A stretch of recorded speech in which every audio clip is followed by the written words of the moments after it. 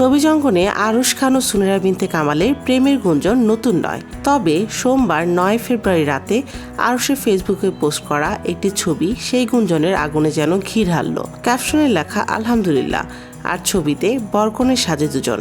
মুহূর্তের প্রশ্ন উঠল, তবে কি গোপনেই সেরে ফেললেন বিয়েটা? আসল ঘটনা কি?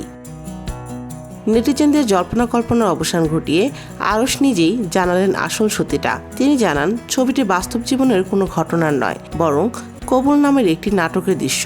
রাসেল আজম পরিচালিত এই নাটকটি আসন্ন রোজার ঈদে প্রচারের কথা রয়েছে। গুঞ্জন ও বন্ধুত্ব। গত 1 বছর ধরে এই জুটির রসায়ন ও বন্ধুত্ব নিয়ে চর্চা চলছেই। তবে আরশ ও সুনেরা বরাবরই দাবি করে আসছেন তারা শুধুই ভালো বন্ধু ও সহকর্মী।